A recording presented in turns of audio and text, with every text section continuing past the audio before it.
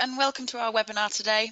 I'm Rose and I work within the Cereals and Oilseeds Knowledge Exchange team here at AHDB, and I'm based in the Northeast.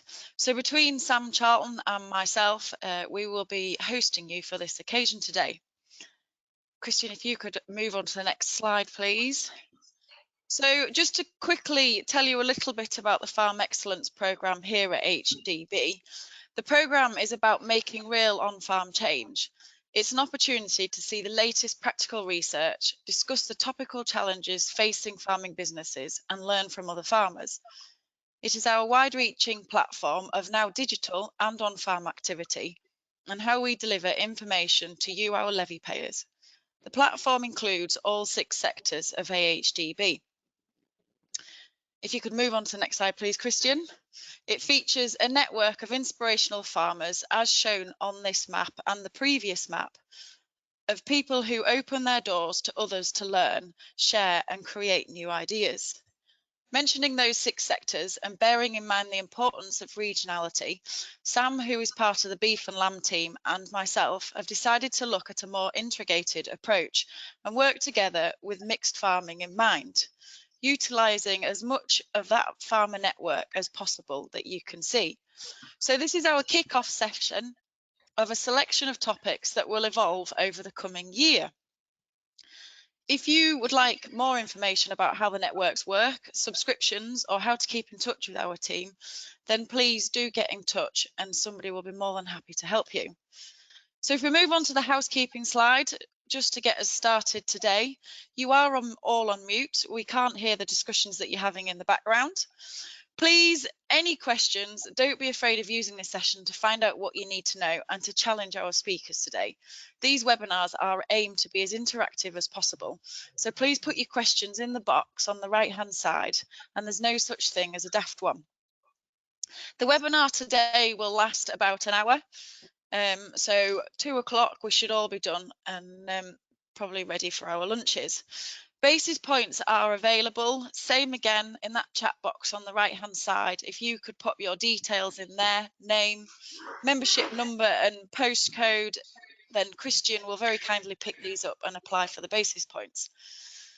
As all of our webinars are, they're recorded, so if you have to leave halfway through or want to pick this up again another day, they will be available on our website or YouTube channel. So I'd just like to introduce everybody with us today. I've mentioned Sam Charlton already. She works as part of the AHDB Beef and Lamb team.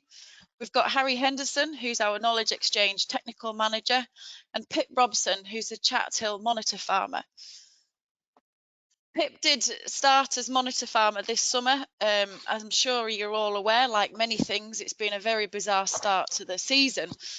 But he's going to set the scene for us today at Chathill and share with us about his machinery and how it collaborates on his mixed farm, what his replacement policy is, and how he justifies the tractors that he's running. So without further ado, thank you very much. We'll pass over to Pip.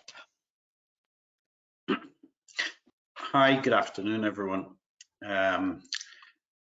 Yes, we run a mixed arable farm up here, approximately 800 hectares,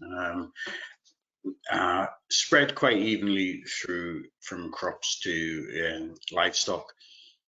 We try to have an integrated farm system, which so it entails, try to have as much crossover between the equipment as possible on the farm to use it on both. On all enterprises. So we run a plough-based, Mintill-based cultivation system through to a silage system on the livestock side, from which we try to do as much as we can with a forage harvester, though we do round bales of silage and some hay. So from a machinery replacement policy and a machinery purchasing policy, we try to buy machines which maybe is not the biggest that we could have for the job, but you don't want a big tractor running around doing a livestock job, mowing grass, tedding hay, etc., guzzling diesel. I don't know, we're going to go through a few slides, Christian. So yeah, we've had some interesting times. You see in the background there's a little video playing. That was from 2019 harvest, which was trying, to say the least. Across to the picture on the right, we run a chaser bin with the combines and a lorry and try to get as much to our local co-op as possible without touching the ground. We probably manage about 35% direct into the local co-op without it being tipped out, but depends on the season really. You move the slide please, Christian. Yeah, it's just a picture of some wheat and chaser bin there into the lorry. This is quite an efficient system, we find. It saves tying up someone loading grain all the time. As I say, we're happy to use temporary storage. All the main storage is done at our local co-op, which is Coastal Grains at Belford, Northumberland. But we find it very efficient, especially with their contract farmed land, which is dotted around here, there, and everywhere, to get it straight to store if possible. Next slide. What have we got? Yes, we do have 2 combines. So I know there's 3 in the picture there. We ran 3 last year. We bought a demonstrator and held on to the old model to see us through a trying time, which worked quite well. Maybe move on to the next slide. We've got a bit of drilling, I think. Oh, yeah, it's a silage harvest. Yes, silage harvest. For our integrating there, you see we actually use the lorry as well as tractors and trailers. We try to use the equipment as best we can through all the enterprises, trying to spread costs and get maximum use of that lorry. That particular day had been delivering grain early in the day, and then he came and helped haul some silage in the evening, because we have a couple of hundred cows, so it's quite a lot to do on that side of things. Yeah, next slide.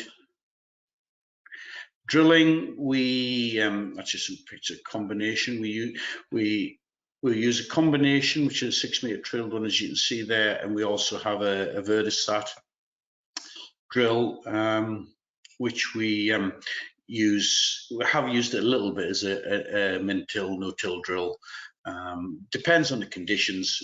We'll use whichever piece of equipment which is most apt for the job at the time. We do quite a bit of organic work, so there's an element of proportion of the business. We must remember that with the organic side of things, from one major customer, that it has to be ploughed for weed control.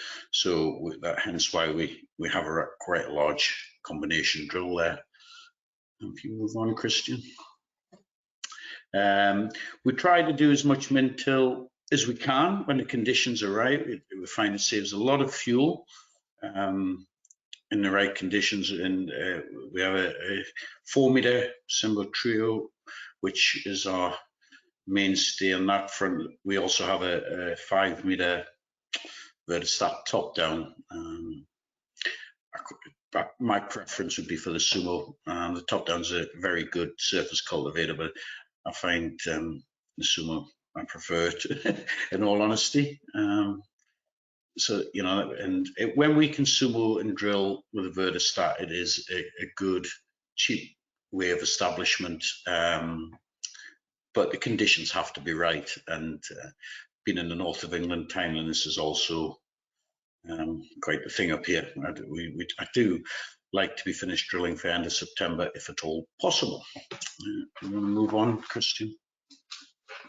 We did run a little experiment this autumn with the help of our local dealer, Sheriff's, with a John Deere no-till drill. On the right-hand video, you can see we sumoed a field and then drilled it with a John Deere 750 no-till with winter beans. And on the left-hand side, the field next door, we just went in as a direct drill in less than ideal conditions, but the beans seem to be coming quite well.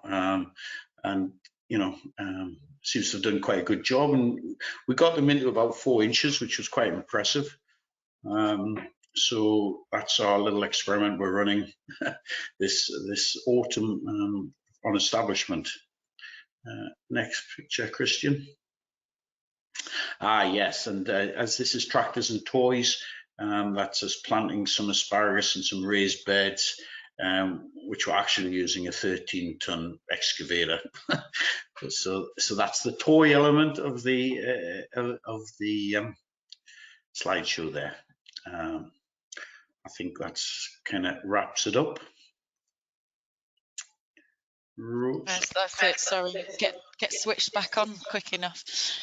Pip, just going back to the beginning a little bit, would you be able to tell us about how many tractors you are running, including the forklifts, what your machinery policy is, and do you have any specific rules for splitting this between the arable and livestock sectors, or is it a case of which set of keys you pick up on a morning? Yeah, well, we run 6 tractors, 4 smaller ones. Well, I'm saying smaller ones, 150, 160 horsepower size, and 2 larger tractors. My policy is with having quite a lot of livestock work to do. I try to steer clear of. I'm quite happy to use a 160 horsepower tractor and an 18-ton grain trailer. I think some people tend to maybe like to over-engineer themselves and have possibly larger tractors than they should have, which are quite thirsty on diesel. So it's my policy to actually, try and get away with as smaller tractors that can do the job rather than as large, rather than overpower it, let's say. We do have the 2 larger tractors to pull a big baler and the heavy cultivation equipment, but it allows us a lot of flexibility. On a replacement policy, we tend to buy new tractors, and the new ones have all got contract for service contracts and long-term warranties as long as I can possibly get, but we actually keep them till the tractors die. So I go in a theory, generally you're better with the devil you know than the devil you don't. And we run a couple of telehandlers because lots of bales to handle, because we have a straw pellet plant as well, so lots of straw to work on with, and cattle feeding. And again, we sort of buy new and keep them until they've had enough. Combine replacement combines. We did, one of those combines was purchased second-hand, 2-year-old, hadn't done very much. The one we bought last year was actually the local dealer's demonstrator, and as I say, we kept it's the hand in till the end of harvest to give us 3 combines to get us through. But generally, my policy would be to buy new and keep it as long as possible. And I mean, I've no problem putting 15,000 hours under a tractor clock as long as it's going well and we know its faults and we know where we are. I'm happy with that, and it'll get replaced when it just breaks down too much and costs too much money to run. Okay, Rose? Yeah, that's great. Thank you. Sam, Harry, have you got any further questions before we move on? There's no. Oh, sorry, Harry. Yeah, just to say there aren't any questions from the audience as of yet. So please do ask questions as we go along, and we'll get those answers as best we can. Thank you.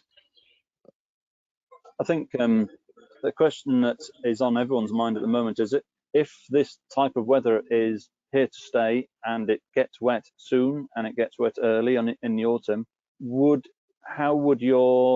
if I had a crystal ball to tell you that this is going to happen in 2021, how would your cultivations change for the autumn?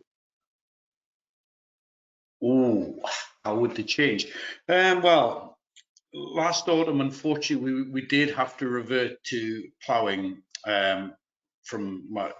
mainly my min-till system, because we had to plough the ground to get it to dry out. It was, through choice, we wouldn't min-till because it saves so much fuel and cost. In the north of England, blackgrass isn't such an issue. We'd like to be out the fields and by the end of September, if at all possible. And it gives you a very short window of time, but working in that window, you tend to get better weather than normally. So I think a flexible approach is about the only way forward, because as you say, nobody can crystal, nobody's got the old crystal ball. Flexibility. Yep, absolutely. Okay. Do you mind if I just go back a paragraph? Sorry. Would you tell us a little bit more about your cows that you're running, Pip, and what sort of system you've got them in? My cows, we have it's a couple of hundred cows, kind of split down the middle. There's 100 or so pedigree Anguses and 100 or so cross Anguses. Everything goes to the Angus bull. These are spring calvers. Well, I say spring. We start calving early February, and we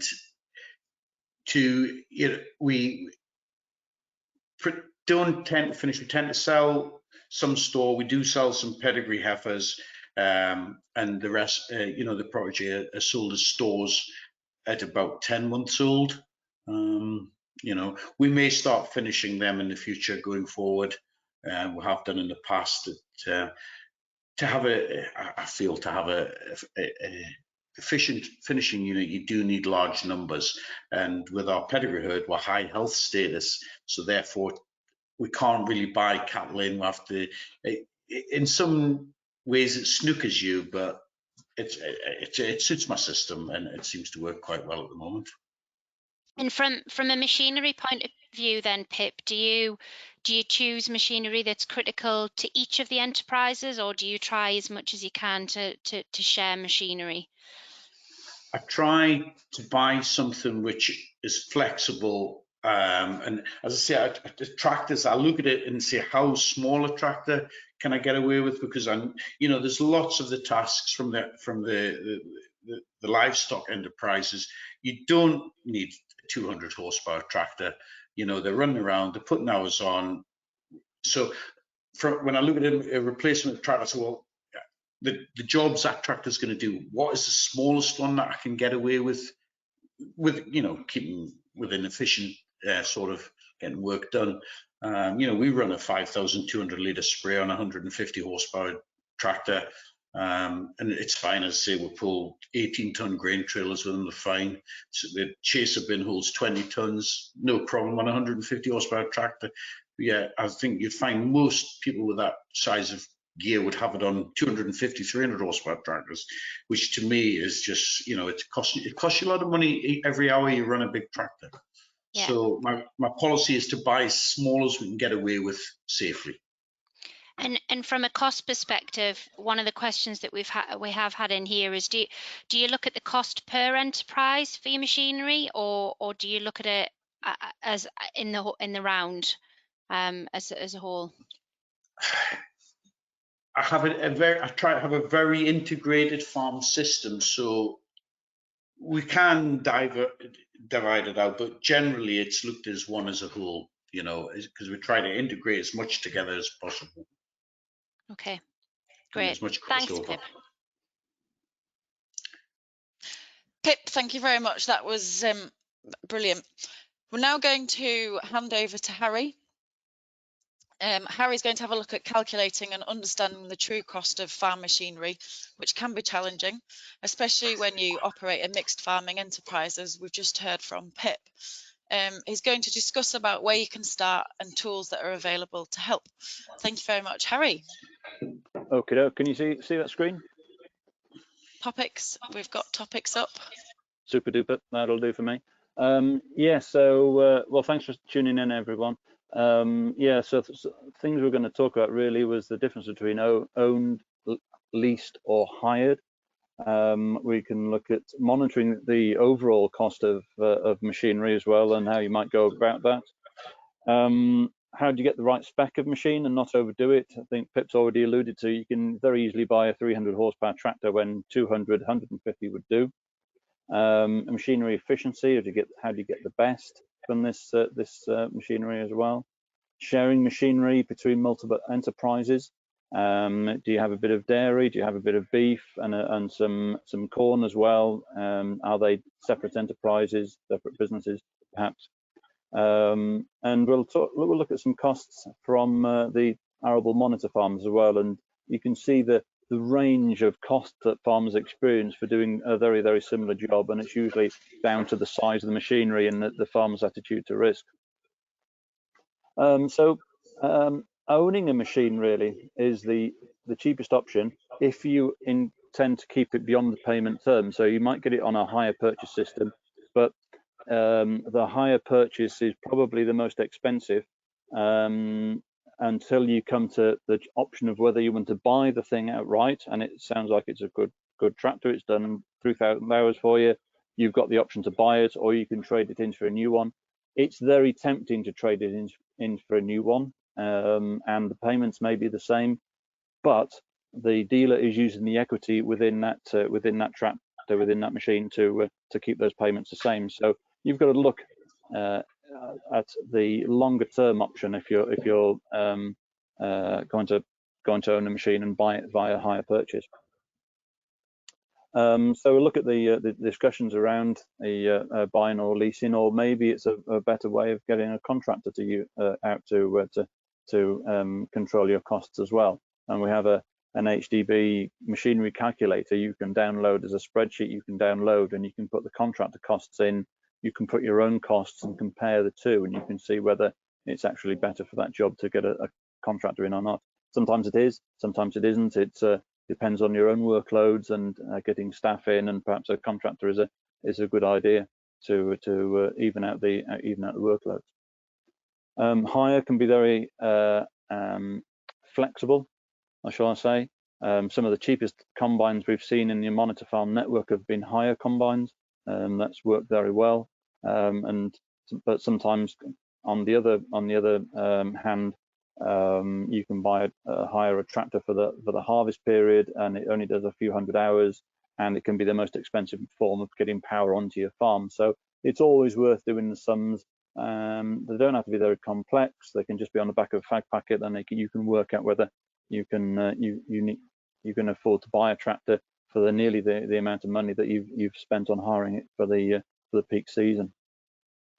And purchase outright is fine as long as the tractor is fully owned. You don't have any payments on it, and if the payments for a hire purchase system lead to that, then that's absolutely fine. So benefits really for hire purchase: ultimate ownership, unless you send it back to get another new tractor. If you do that, then that's the most expensive, generally the most expensive way of getting a machine on farm. No restrictions on hours. You can do what you like with it. You're able to modify it, unloading auger, chaff decks. This is in terms of combines, or you can put a loader or front linkage on a tractor. If you've hire purchase, you've not got to return it in the same condition. Interest is tax deductible, and VAT is due at the commencement of the contract. Drawbacks really: ultimate ownership can tie up capital that you could use for other projects. You've got a certain amount of equity within that machine that you've put in already, and the equity could be that you've got the trade in your last tractor. The value of that has gone into a hire purchase machine. That's where the equity lies, maybe. Depreciations are carried by the business. Repair and maintenance is carried by the business as well. So that's perhaps the drawbacks from a hire purchase system. From a contract hire and operating lease perspective, then the benefits really, the payments are fully tax allowable, which is always advantageous. Payments are for the usage only, so it can be per hour. And if you put 350 hours on a tractor over the peak season, then that's what all you pay to do. It doesn't matter if you have it on the farm for 12 months. You have no concerns over depreciation, or it's not a worry to you, because it's mostly carried by the payments, and the owner does the depreciation bits. And the drawbacks really from contract hire and operating lease: It must be returned in a reasonable condition, and if it's had alterations, you put equipment on it, or it's damaged, or the mud guards on the front mud guards have disappeared for some reason, then they'll end up getting charged back to the business. So in reality, it's got to go back in good fettle. There could be restrictions on hours. If it's on a grain dryer day and night from July till October, then that you could get heavy penalties there. So you really got to work out what you're going to use the tractor for, and on what work, and how much is that work worth. And again, the contractor comes in. Do you get a contractor in? Because if you're getting a contract hire tractor in for a period of time, you'll need a driver. Could that driver be used elsewhere? Is it temporary staff? Is it full-time staff that are being pulled off other work? So there's lots of things to think about when you're hiring a tractor in, as opposed to a contractor. And then, yeah, again, penalties for excess hours. The other thing I thought I'd just share with you, and I'm a bit concerned you may be able to see this quite so easily, but what I've done here is produce a chart where you can list all your tractors and your machinery, and they're all down the left-hand side of this screen. So at the top, we've got, as an example, John Deere 7230R. It's got 850 hours on per year. It's on hire, and then the costs appear £13,510 for hire in that tractor every year. And you can see it goes through all of these years through here.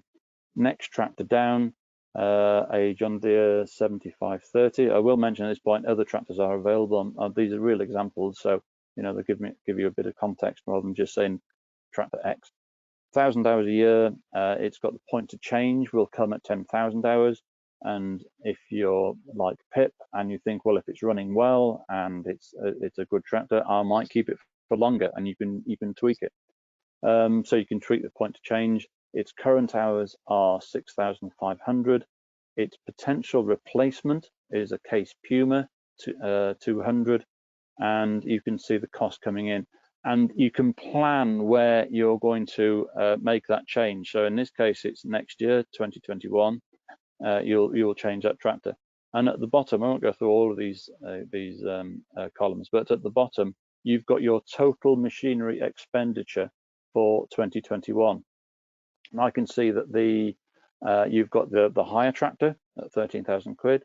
The expected replacement cost for the John Deere 7530 is £105,000, and there's another tractor coming in again at a John Deere 6150R at 58. So all of a sudden, you've got a machinery replacement bill of £176,000 for next year. Seems a bit steep. Could we shuffle something on? Could we change something sooner? Could we push something back? And this chart will just allow you to juggle the figures, move the numbers, and create a more even level of investment in machinery every year. Right at the bottom, at the bottom of the screen, we've got machinery replacement cost as a percentage of 5-year annual farm income. And this ranges from 5% in 2019 right through to 25% in 2021. And the combine comes in for change at 2024, and that's 71%. So there's a big shock to the financials in that year coming up. So what can be shuffled about? Can we get that figure even? There's no magic figure. There isn't, it doesn't have to be 13% or it doesn't have to be 25% every year, but it does help you even out your machinery expenditure for the next 5, 7, 8 years. And that's what this chart's designed to do. If you want this chart, I can email it to you. Contact Rose or Sam, and I can get it to those guys and get it sent on to you. It's just a chart that you print off on a printer, and you can sketch out with a pencil. Just touching on new machine replacements, always a topic for discussion. Repurchase price. We kind of fall into the trap of depreciating the machine you have on farm right now. That's fine, but the repurchase of a machine coming to replace it, is it the same? Is it like for like, Or is it another 50 horsepower? Has it got a lot more technology on it? Has it got a CVT transmission and xenon lights and a leather seat and all those sorts of goodies? Is it like for like, or is it going to be a lot more expensive? There's no doubt that machinery has gone up an awful lot in the last 5 to 10 years, and that's not likely to change. But to say, so there's more money to be found to get the replacement in. So just consider, if the machine is like for like, do you need the extra technology? Do you need the extra power? Perhaps you do. Some people put it down as an insurance policy, and you know, that's fine if the business can stand it. Is the extra capacity going to earn its keep? Is it going to do the job faster? Is it going to be more efficient? How is that extra capacity going to pay for itself on farm? Do we calculate the increase? I've already mentioned it really, but are we including the increase in price for the light machine? And can we justify the new technology? So, in just nipping onto machine efficiency, do we get the best from everything? We're buying a lot of technology. Are we going to run the tires at the right pressure? Buying one tractor because it's 1 or 2% better fuel efficiency, it has better fuel efficiency than the other coloured tractor, is a complete waste of time if you don't get the best from the tires. And if the tires aren't at the right pressure, then all of that's gone. You can forget it. So are we getting the best from the diesel? Are you getting the best from wear and tear? And wear and tear could be a relationship with the dealer and your own attitude to risk, whether you cannot have that machine breaking down, so you have a dealer support package, or you can stand a bit of downtime and you don't, and you can do something else. You can pull something out the bag if you have any downtime. The biggest impact here is really the job is the tractor is too big for the job, and Pip's come across that already, and we'll most likely discuss that later. No matter what the salesman says, the bigger tractor will burn more fuel as soon as it's switched on. It's not any of this stories about it runs lighter and it runs easy and so on. And so, you know, it's going to use less fuel overall. It'll just use more fuel. And the evidence I have from that is if you Google Nebraska tests, and you can most likely find the tractor that you're driving in the Nebraska test website, and you look at the fuel consumption there, and you can look at a 200 horsepower tractor and a 250 horsepower tractor, and lo and behold, they're using proportionately more fuel in the bigger the machine goes. It's a no-brainer, but it's a good sales tap that you get sometimes. Staff training, good relationship with the dealer. Do please, if there's any training comes up, any operator training, just grab it, send your staff, get the staff working efficiently with the machines that they're employed to run. There's always something you can learn. Even if you've been driving tractors for 50 years, there's always something you can pick up. Even if it's talking to the other people at the training event, you can always pick up something that's handy that you didn't quite know. And we've got suggested repairs on what a machine should be, what cost of repair should be, and we'll just touch on that in a little while. So, okay, so we've got a job to do on the farm. We want to know how big a machine we want to have. How do we do that? It's quite simple for me. If we take this example, if we've got 75 hectares of silage to cut for 150 cows, that's how much we've got to do, 75 hectares. What time frame do you want to do it in? 2 to 3 days, all taken in. That's great. And from this, I can calculate the capacity of machine that I need. So how much you've got to do, how quickly you've got to do it. And you know, it's from there you can really get a feel of the load of your equipment. So where do we start? I've got silage here. I want to cut my silage into 2 days or 24 hours. And if you run a mower for 12 hours a day, how fast can you go whilst traveling? 2 to 14k. Field efficiency is about 80%. And field efficiency, 80% of you being in the field is your mower is down and you're mowing. So let's take it through a calculation.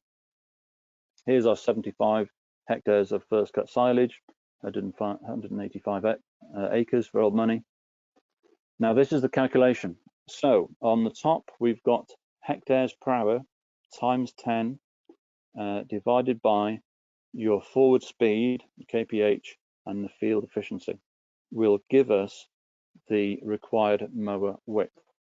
Let's put some numbers against that. There is our 75 hectares.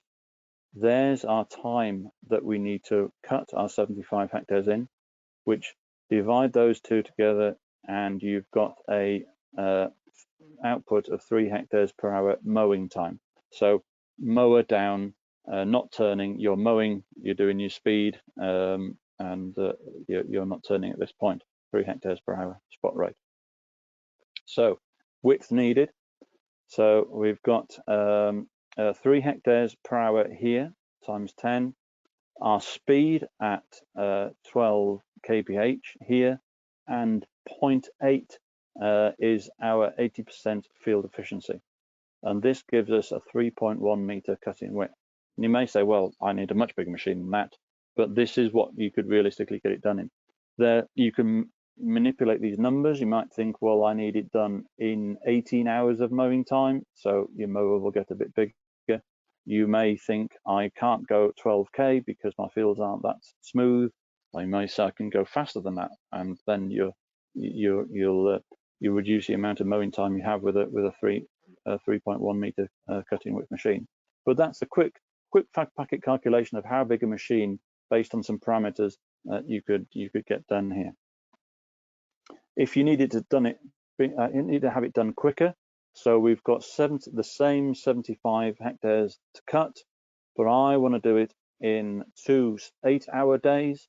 You might milk at one end of the day and milk it again. You know, there might be other things you need to do. You've got to get it done quicker. Then that mowing, you need 4.6 hectares per hour mowing time. Okay, cheers.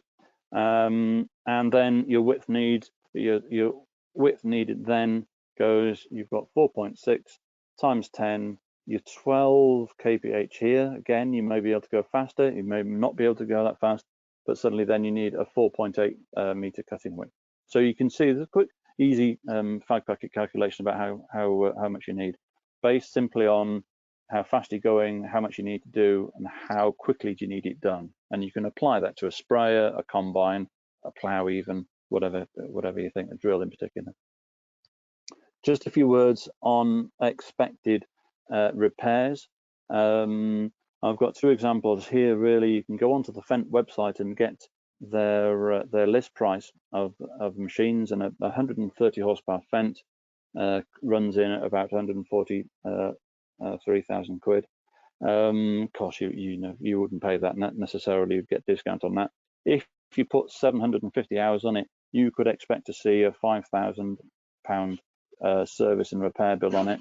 Maybe that might come close to their service package, but you can see from a quick point here, if that's what it's costing, it might be just as well push it to the dealer, say, okay, you look after the tractor, I'll look after the farming, and that's how that would work. And you can see that a 240 horsepower 824 Fendt costs nearly £7,500 to maintain, and that's something that you can budget in for repairs. It doesn't mean to say if you've got reckless staff, you're repairing damage rather than wear, then that's a different thing. Then we'll touch on that later.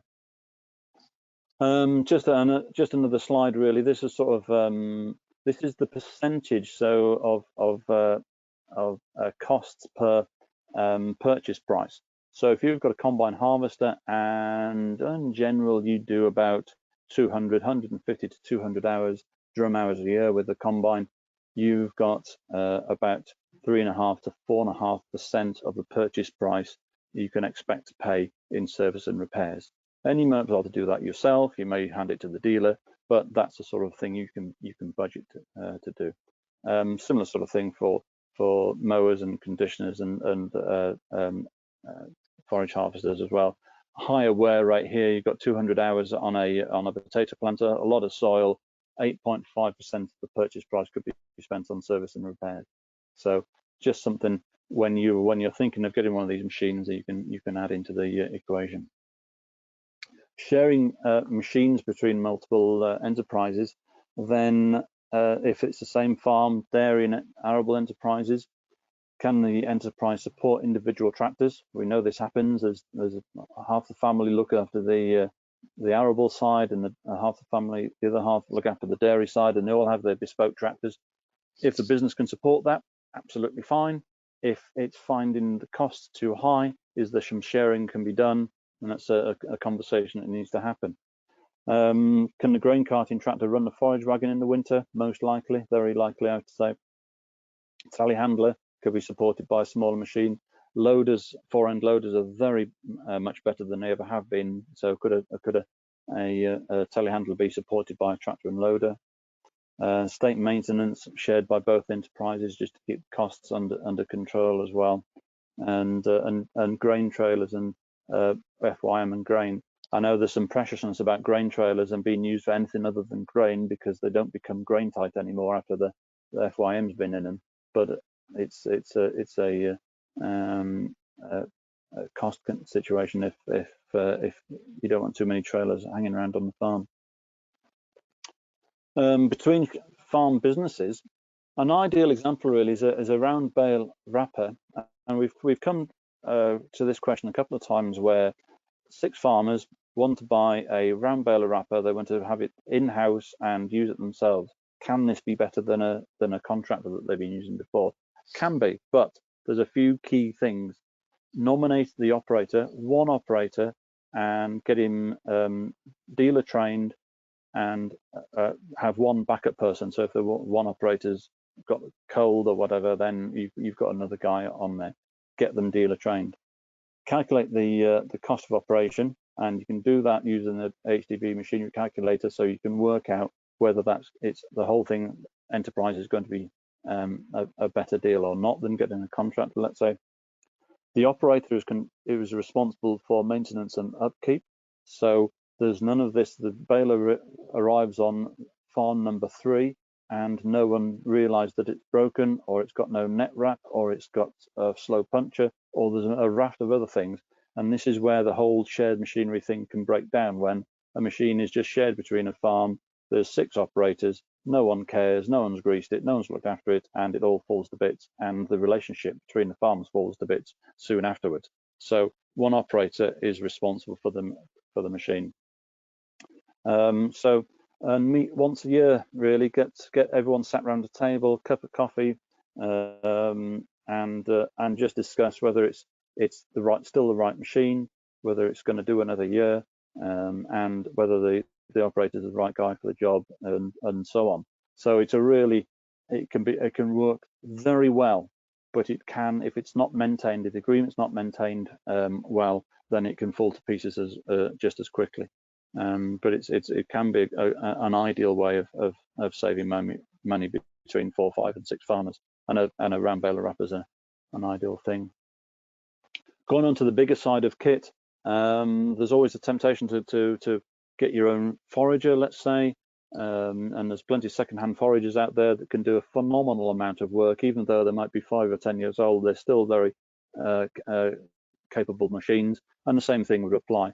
One operator with a backup, he's dealer trained, and you have a set system about how this is going to work. If it's who's going to drive the forager today, then problems are going to creep in. So with that, I think we're just going to stop for any questions. I had a couple of slides, and I think a slide of some costs and some take-home messages next, but was there any questions at all against any of that? Yeah, thank you, Harry. Thanks very much for that. Just thought we would have a quick pause for questions, probably give you a chance to pause as well. So a couple of questions as well for Pip. Pip, if you could pop back up on the screen and unmute yourself, that would be great. Thank you. Pip, there were some questions for you. Will you be making any changes to your purchase policy in order to get ready for the end of support payments? Good question. Yes, I'm going to rein it in a little bit, though this will be a difficult thing to do, because as Harry said before, these machines aren't going to get any cheaper. They're not suddenly going to half the price, Mr. John Deere, AGCO, No. it's not going to happen. But I think it's something we have to look at controlling going forward, and until we see where we are, when things pan out in a few years' time. But it's something we need to, I think everybody's just got to keep a very close eye on. And for me, I'm just going to rein it in a bit. I'm quite happy I've got some good equipment on the farm. And if we stretch some replacement periods in the next few years, so be it.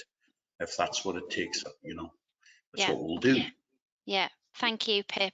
Interesting, Harry, your chart on the replacement where you could list that machinery and look at future plans for it. I suppose something like that would be really useful for that. And just to add to that as well, for those that are listening, you can ask for a schedule, an HP schedule that your accountant can produce, or you can produce yourself, which would overlay any monthly payments, any interest, and the end of facility on that piece of equipment as well, which I always think's really useful to really understand exactly what those exacting costs are on a monthly, half yearly or annual basis as well. So speak with your accountants or have a look at yourself to see if you can produce that. Would be really good.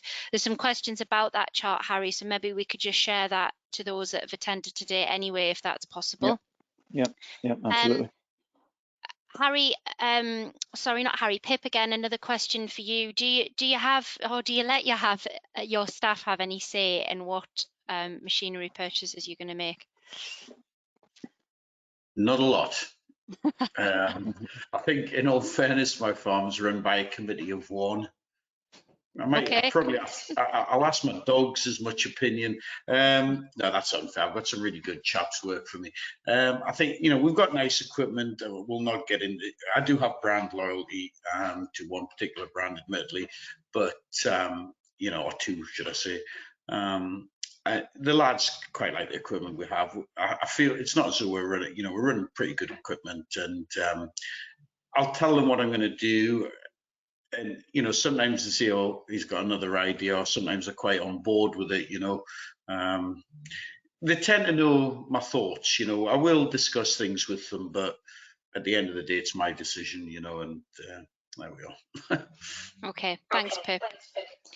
Harry, a couple of questions for you. One of which we've sort of been asked in three different ways, which is just around the real differences between hire purchase and contract hire. What are the main pros and cons, and is HP for tractors or any other type of machinery expensive if the agreement is 0% finance? Well, yeah, if it depends if who is paying for the finance, and if it's wrapped up in the tractor price. If it's the dealer or between the dealer and the manufacturer that they're paying for the finance, then yes, it's worth having. But you've got to be aware of the equity of your trade-in. So if that trade-in is being put against the new tractor coming in, and the payments are the same or they're very similar, then just keep an eye on the equity of your tractor, the value of the tractor that you're trading in, because when that comes again next time, you'll be slowly whittling away the equity that you've built up in that machine is going down whilst your payments are staying the same. So in effect, you end up owning less and less of the tractor, and you're just keeping more of the payments are the same, and there'll be a bigger balloon payment at the end. Yeah. So. Which is why I think those HP schedules can be very useful, because at a very quick glance, you can see what both your cost is and what your equity in that piece of machinery is, all in one line within an Excel spreadsheet, or even just on a document. It can be really useful, can't it? And just a comment here, but interested to hear if you've heard of this or come across this. But one of the listeners is saying that he's heard of instances whereby the local, a farmer goes into the local dealer and will only buy a piece of machinery with a written undertaking from the dealer on the trade-in value in, say, 4 or 5 years' time. Is that something you've come across before? It is. It's more likely for machines that are very, very new. If it's a, I don't know, I can't think of a new machine, but let's say there's a couple of new rotary combines out there from a few brands, and there's no indication of their resale value. And what's it going to be worth in 5 years' time? What's it going to be worth in 6 years' time? If it turns out to be not as reliable as expected, then is the reputation of that machine that you put a lot of money into going to be poor, and therefore the resale value is going to be poor. It's not going to be quite difficult to sell. And dealers have been able to put a guaranteed resale value for in 5 years into the future, it will be worth X. And usually it's a 15% reduction on a declining balance. So you deduct 15% every year, but of the value of the machine, and that's how they get to it. So it's fairly straightforward, and it's fairly safe for the dealer, and it provides some reassurances to the person buying it as well. Great. Thank you, Harry. That's, I think, all the questions we have on what we've covered so far. By all means, if anybody's got any further questions, we've got roughly about 10 minutes to go. Just fire those through. Thanks, Harry. I'll hand back over to you. Okay. So all I was going to touch back on next was these costs. Let's just set the screen a bit better. Yeah. So these are the costs that we've found so far from the Monitor Farm network, and the costs include the machine, the tractor pulling it if it's an operation with a tractor and implement, the depreciation, the repairs, the fuel, the labour sitting in the cab, and the length of time that the machine is on farm for. And how we work out the depreciation is we consider the incoming price onto farm, whether it's new or second hand, the length of time it's going to be on farm for 5, 8, 10, 20 years, whatever, and it's the value, the retail value as when it comes to sell it. And that, admittedly, is perhaps sometimes a finger in the air job of what we think it's worth in 8, 9 years' time. But that's how we come across the depreciation. And these are the costs that we find. The minimum, if we take the drilling at the top, minimum is £16 per hectare. The lowest 25% is 21, 25 to 50, 28. The average or the mean £32 a hectare, and you can see 40 and £63 respectively, getting up to the highest 25%. The CAAV is the Central Association of Agricultural Valuers. They would cost the operation out at £37 a hectare, and the contractor charge from the National Association of Agricultural Contractors is 49 quid. And so you suddenly get a sense of there's a huge range of costs there, and what's behind this range. And more often than not, it's not the size of the kit or the newness of the kit, it's how many hectares it tackles in a given season. And just give you a bit of context, the £16 per hectare is a John Deere 6830 with a Kverneland Evo 4-meter tine drill on some light brashy soils. So that whips on, it gets a lot of hectares under its belt. I think it does probably 400 odd hectares, I think. And so it gets a lot of use. The highest at £63 is a 6-meter Vaderstad Rapide pulled by a New Holland T7. I can't remember how much horsepower it is, but it's a fairly meaty tractor. And it goes across, I think, in the high 200s to 300 hectares. So instantly, it hasn't got enough work to get to, and all of the costs of the drill and the tractor are crunched onto a low level of hectares. Ploughing similarly at £40 a hectare. That was a Fendt 939 with a Kverneland Europal 7-furrow semi-mounted plough, which was double shifted, and I can't remember. I think it ploughed nearly 1,000 hectares a year with 2 drivers double shifting it. So the costs come way down. At £97 a hectare, it's a 5-furrow plough on a pretty average tractor, which only does maybe less than 100 hectares a year for a bit of blackgrass reset, a bit of blackgrass control. And so maybe the £97 is worth having, and it's worth doing, because if you can plough well, you're going to get a good bit of blackgrass control at 97 quid. Spraying, interesting one really. £3 a hectare was a Bateman high-low that had over 500 hectares to tackle, 6 or 7 times at that. So it's cheap spraying, can't argue with that. And £11 a hectare was a self-propelled chafer with just 120 hectares to go at. So again, a lot of spraying capacity and not too much hectares. Of course, it's your attitude to risk. Is the Bateman high-low with a lot of hectares to go at? Yes, it's cheap spraying, but there's a risk of some downtime here. It's getting on in years. It's 20 years old, so there's some risk of some downtime. Whereas the chafer, it's a pretty good sprayer. It's got an easy life. There's some potatoes in the mix as well, so hence the need for high clearance and 4-wheel steering. But it's at the top end of the spraying cost per hectare. But again, the risk of some downtime is relatively low. You can see the average is about £5 for spraying. There's not that much difference between self-propelled and trailed machines, I have to say. As long as the tractor that you have on the front of a trail machine goes off to do other work, and it reduces its cost on corn carting or vert spreading or drilling or some other work, then when it comes back to the sprayer, it's already got a low cost per hour to when it's reunited with the sprayer. So there's not that much difference in the difference. Trail sprayers are much more hold much more technology these days and very similar to the self-propelled counterpart. Combining, again, you can see an average there at £66 a hectare.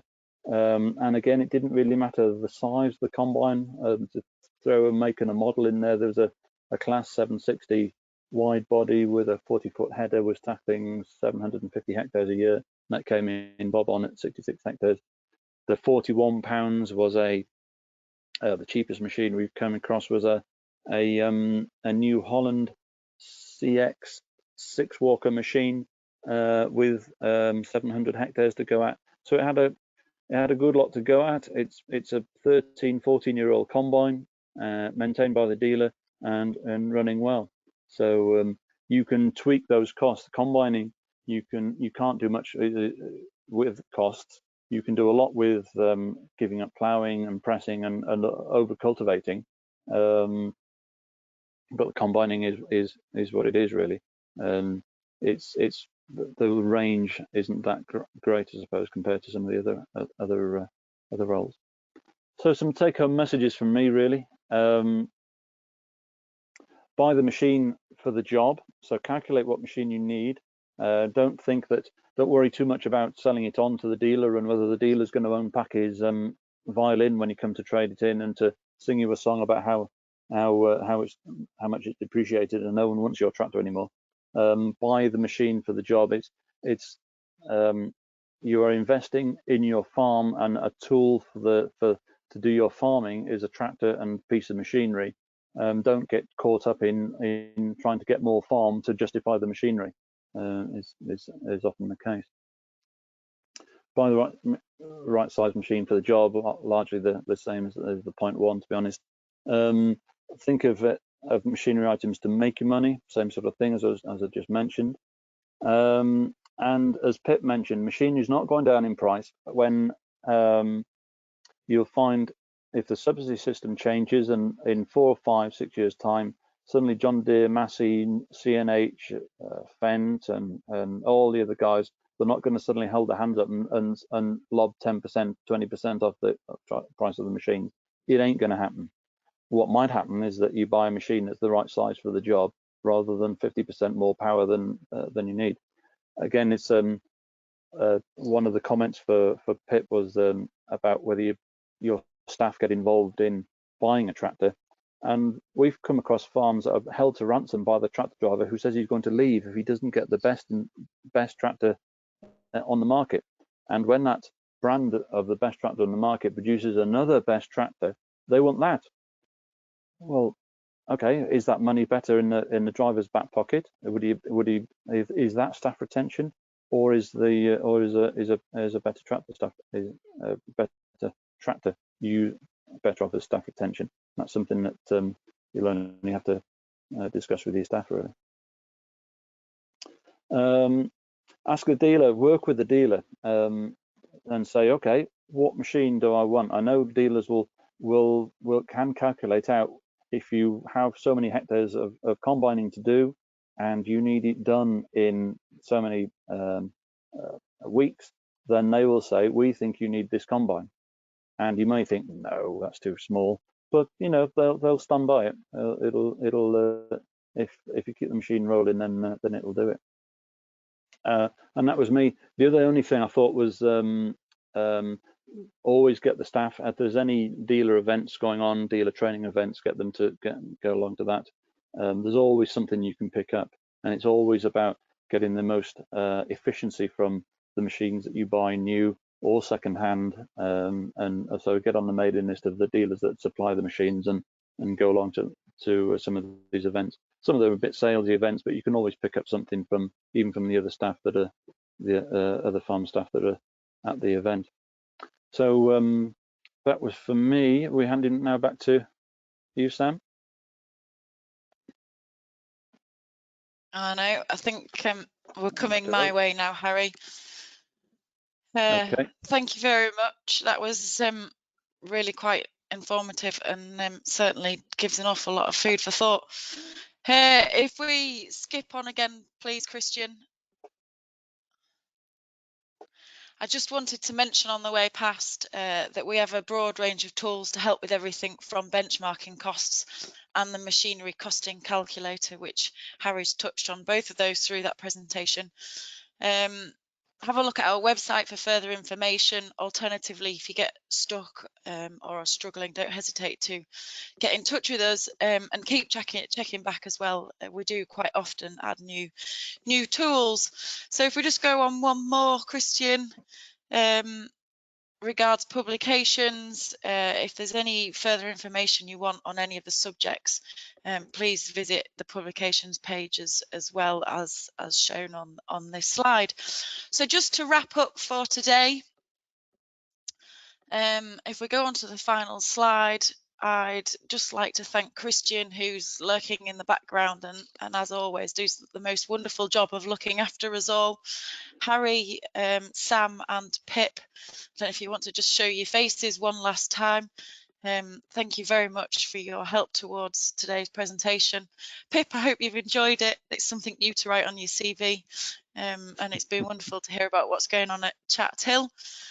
As always, your feedback is very much appreciated. Please do fill the form in.